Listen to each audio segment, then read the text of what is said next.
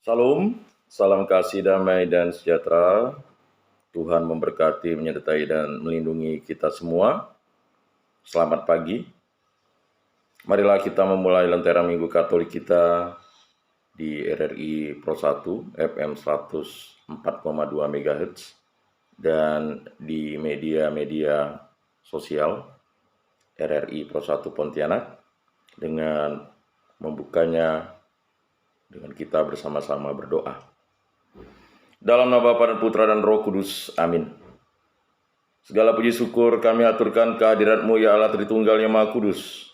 Engkau membimbing, memberkati, menyertai kami, sehingga kami menjadi pribadi yang penuh kasih.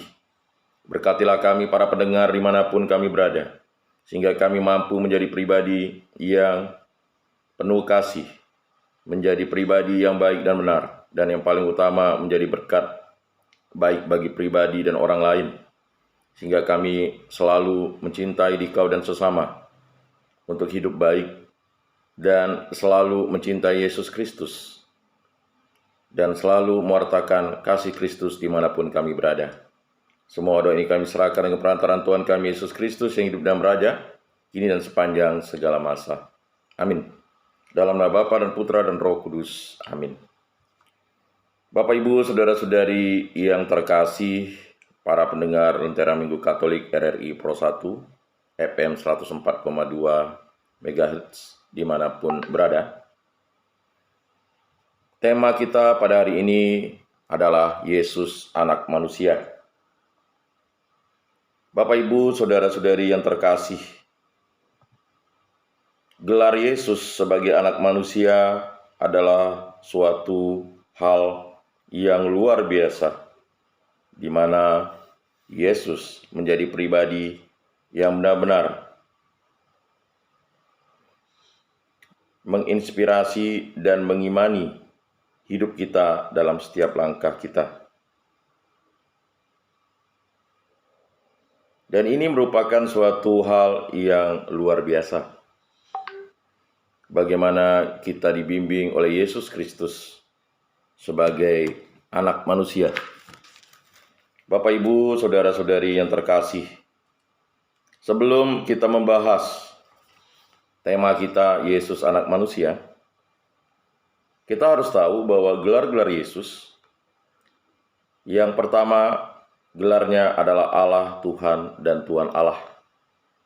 Yang kedua, Yesus dari Nazaret. Yang ketiga, Yesus anak Daud. Yang keempat, Yesus anak Allah. Yang kelima, Yesus anak manusia, yang akan menjadi pembahasan kita.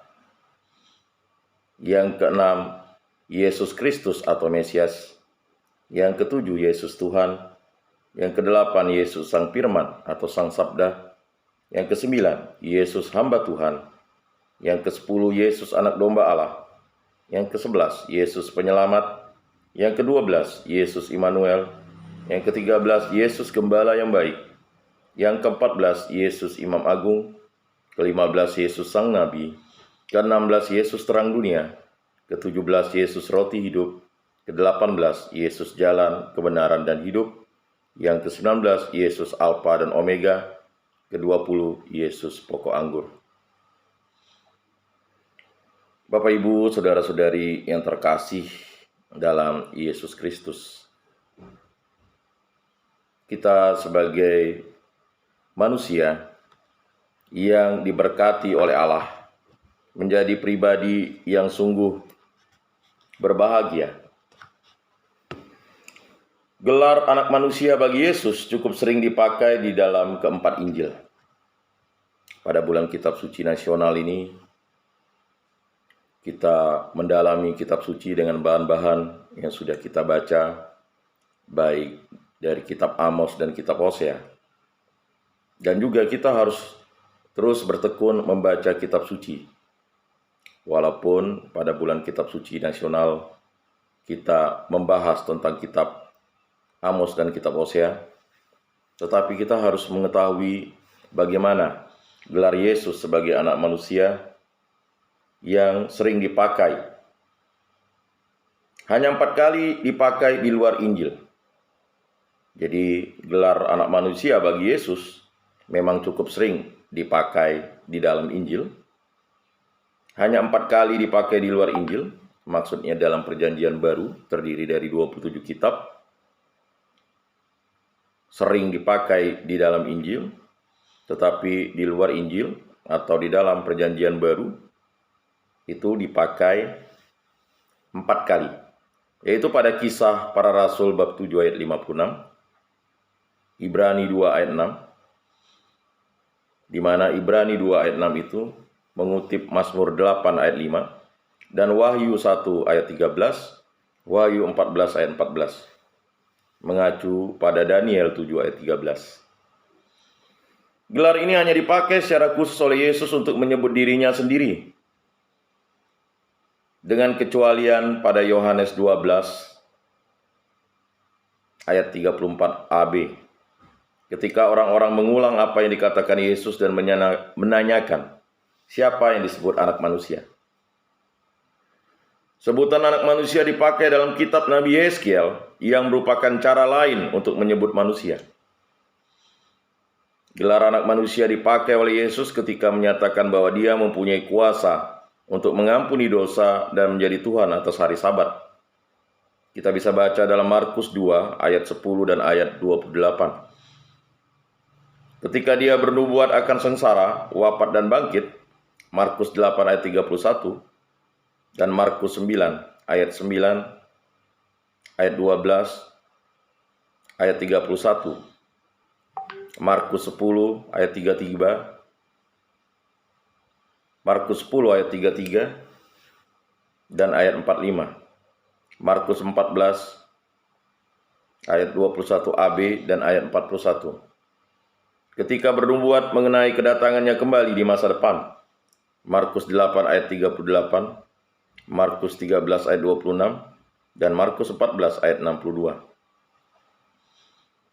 Serta Matius 24 ayat 27, ayat 37, ayat 39, dan ayat 44. Penggunaan gelar anak manusia dalam konteks berbeda. Mari kita dengar Markus 2 ayat 8-11. Tetapi Yesus segera mengetahui dalam hatinya bahwa mereka berpikir demikian.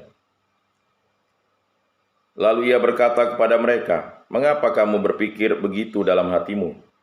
Manakah lebih mudah mengatakan kepada orang lumpuh ini, 'Dosamu sudah diampuni,' atau mengatakan, 'Bangunlah, angkatlah tilammu dan berjalan.' Tetapi supaya kamu tahu bahwa di dunia ini anak manusia berkuasa mengampuni dosa." Berkatalah ia kepada orang lumpuh itu, "Kepadamu kukatakan, bangunlah, angkatlah tempat tidurmu dan pulanglah ke rumahmu." Dalam Markus 8 ayat 31, kemudian mulailah Yesus mengajarkan kepada mereka bahwa anak manusia harus menanggung banyak penderitaan dan ditolak oleh tua-tua, imam-imam kepala dan ahli-ahli Taurat, lalu dibunuh dan bangkit sesudah 3 hari. Dalam Lukas 19 ayat 9-10, kata Yesus kepadanya, "Hari ini telah terjadi keselamatan kepada rumah ini, karena orang ini pun anak Abraham, sebab anak manusia datang untuk mencari dan menyelamatkan yang hilang." Di dalam Matius 16 ayat 27, "Sebab anak manusia akan datang dalam kemuliaan Bapanya, diiringi malaikat-malaikatnya, pada waktu itu ia akan membalas setiap orang menurut perbuatannya." Bapak, Ibu, saudara-saudari yang terkasih dalam Yesus Kristus. Dalam Injil hari ini juga dikatakan hal-hal yang sungguh luar biasa. Bagaimana peran Yesus sebagai anak Allah memberikan makna yang dalam kepada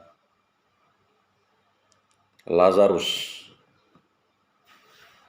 Dalam konteks Markus 9 ayat 12 dan Markus 10 ayat 45, terdapat kesan bahwa anak manusia melaksanakan perutusan dari orang benar yang menderita dan baru yang dibuang. Kita bisa bandingkan dengan Mazmur 22, Mazmur 69, selanjutnya Mazmur 118 ayat 22. Serta hamba Yahweh, Yesaya 52 ayat 13 sampai dengan Yesaya 53 ayat 12. Di lingkungan bangsa Yahudi, gelar anak manusia dipakai untuk menyebut seorang tokoh yang akan datang untuk membawa penghakiman di akhir zaman, seperti kesaksian dalam Daniel 7 ayat 13. Aku terus melihat dalam penglihatan malam itu, tampak datang dengan awan-awan dari langit, seorang seperti anak manusia. Datanglah ia kepada yang lanjut usianya itu, dan ia dibawa ke hadapannya. Teks Daniel 7 ayat 13 ini menjadi latar belakang sebutan anak manusia bagi Yesus yang diharapkan kedatangannya dikaitkan di akhir zaman untuk membawa penghakiman.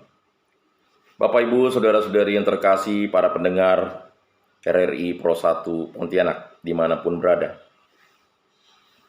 Kelihatan dalam Injil Markus bahwa Yesus ingin mengubah citra Mesias yang diharapkan oleh perjanjian lama menjadi figur anak manusia yang menderita, wafat dan bangkit.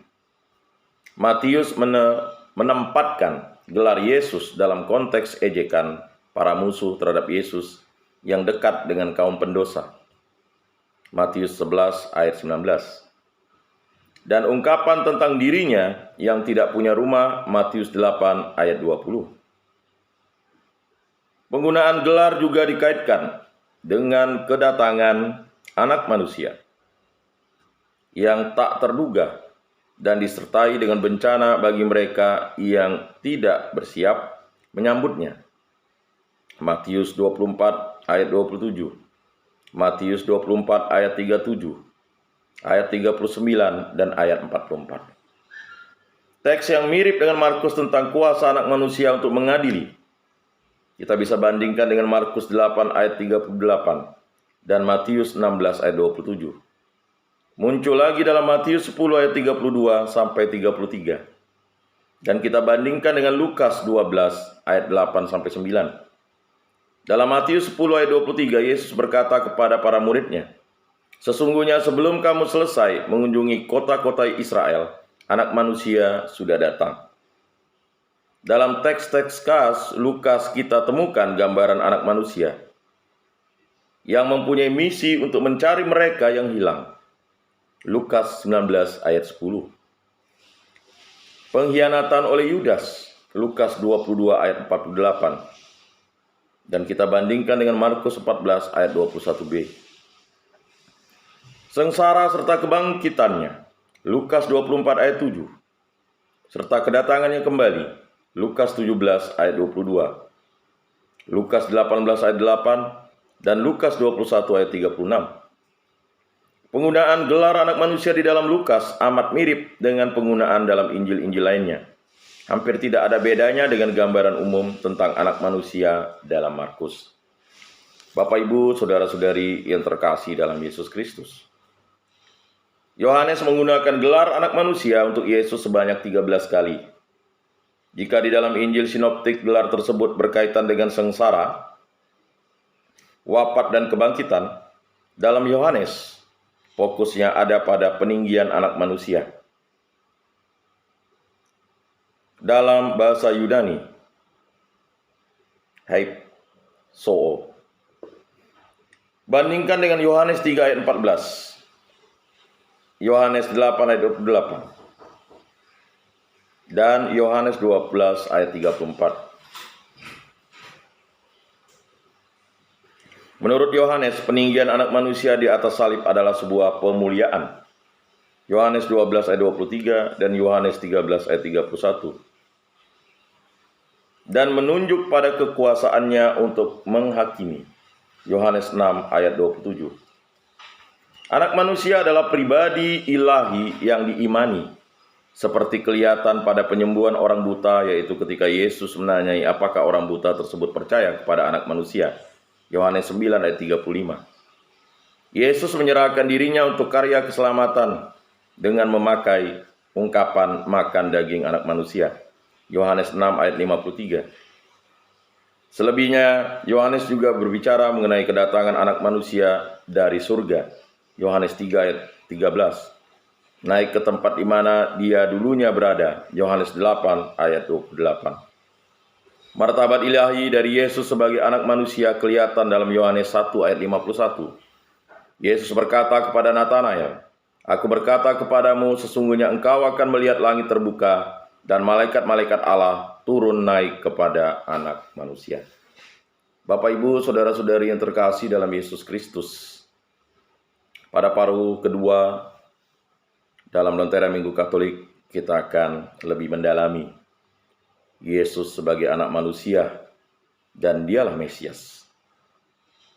Mari kita dengarkan satu pujian dari kerabat kerja RRI Pro 1 Pontianak.